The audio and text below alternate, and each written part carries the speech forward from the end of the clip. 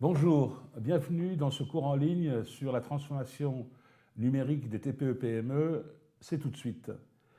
Nous allons aujourd'hui nous intéresser plus particulièrement dans cette séquence à l'évolution du comportement du consommateur et des personnes accompagnées à l'ère du digital ou à l'ère du numérique.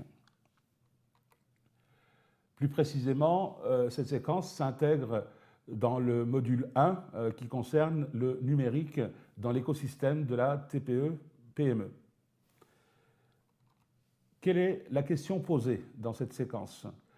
Elle s'intéresse d'abord aux différentes activités réalisées par les clients et les personnes accompagnées en termes d'interrogation sur l'impact de la transformation numérique et ensuite sur les processus de décision, leur processus de décision.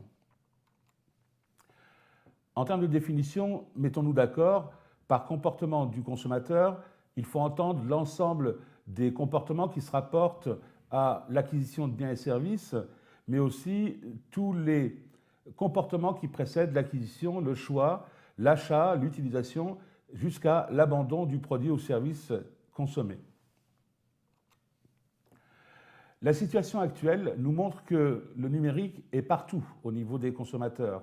On le trouve, je dirais, sur TripAdvisor ou Facebook, sur les réseaux sociaux, lorsqu'on sort d'un restaurant et qu'on met directement en ligne des photos du repas qu'on a pris et des lieux qu'on a visités. Ils permettent aussi d'être en contact direct avec le produit et de numériser, de voir quelle est sa provenance, sa source, ses qualités particulières.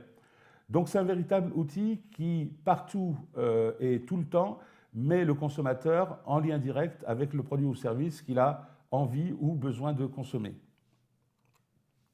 Ce qui veut dire que le parcours d'achat du consommateur, qui va du point de départ, c'est-à-dire l'expression du besoin, l'idée elle-même d'achat du bien et service, jusqu'à l'achat, voire la fidélisation sur ce produit ou service, ce processus, ce parcours classique de consommation, donc qui classiquement va de la télévision ou des publicités à la télévision ou dans la presse jusqu'à l'appel téléphonique, la visite en site ou bien entendu l'achat et le post-achat, tout ce parcours standard, linéaire, très linéaire, est complètement remis en cause par le numérique, où on voit la reconnaissance du besoin complètement modifiée. Elle peut résulter d'un échange dans un blog, d'un tweet ou d'une discussion avec des amis donc sur le net.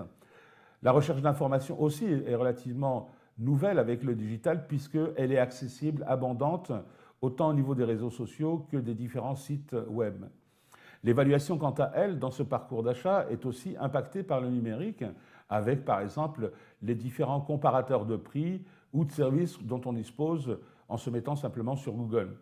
Enfin, l'intention d'achat et l'achat lui-même se réalisent par le numérique, avec l'achat en ligne, plus particulièrement, avec des méthodes de paiement présécurisées aujourd'hui, comme PayPal par exemple. Ce qui veut dire quoi? Ce qui veut dire que le consommateur, dans ce processus qui n'est plus linéaire, devient l'élément central. C'est lui qui contrôle son processus d'achat. Quels sont les défis à relever face à ce parcours client nouveau impacté par le numérique? Tout d'abord, pour le dirigeant de TPE-PME, c'est d'être à l'écoute de ces nouveaux comportements du consommateur afin d'y trouver une réponse, même si c'est d'anciens clients, donc d'y trouver une réponse et puis, en quelque sorte, d'assurer sa future présence en ligne. Deuxième défi à relever, c'est enrichir la relation physique, la relation sur site ou en magasin que vous avez de manière naturelle, avec, bien entendu, le numérique. Le numérique ne se substitue pas à la présence physique, mais il en est un complément, il en est un élément essentiel pour rendre vos ventes et vos actions beaucoup plus efficaces. Il permet aussi, le numérique, de gagner du temps et de se centrer sur des activités à forte valeur ajoutée, avec des bornes, par exemple, de renseignements et d'informations, au lieu d'avoir une personne dédiée, voire être dérangée par des personnes qui veulent s'informer sur tel ou tel produit-service. Ça veut dire quoi ces défis? Ça veut dire qu'apparaissent aujourd'hui de nouveaux besoins auxquels il faut répondre. On assiste véritablement à l'apparition de ce qu'on appellerait le e-consommateur ou le consommateur électronique ou l'usager électronique, c'est-à-dire du consommateur connecté et interconnecté. Donc changement de comportement d'achat des clients qui implique ce e-consommateur, ce e-client, ce client numérique, beaucoup plus de personnalisation, beaucoup plus de transparence, beaucoup plus d'autonomie, beaucoup plus d'assistance, de réactivité et de considération. Voilà des éléments qui vous amènent à voir le profil, je dirais, ou l'effet saillant du client numérique. En conclusion, qu'est-ce qu'on peut en dire face à ce nouveau comportement du consommateur? Quelles sont les opportunités? Essayez de laisser une empreinte en ligne dès que vous le pouvez, sur un blog ou sur Facebook par exemple. C'est relativement facile et rapide à faire aujourd'hui. Que faire? Essayez d'anticiper, de s'ouvrir et d'anticiper sur les recherches du client. En tout cas, essayez d'anticiper le parcours client numérique. Quels sont les points d'attention? Nous sommes bien entendu dans des petites structures, des TPE, des PME, où la centralité du dirigeant est importante et les collaborateurs sont très proches. Il s'agit bien entendu de créer une vision, mais une vision partagée sur ce qu'on veut faire avec le numérique.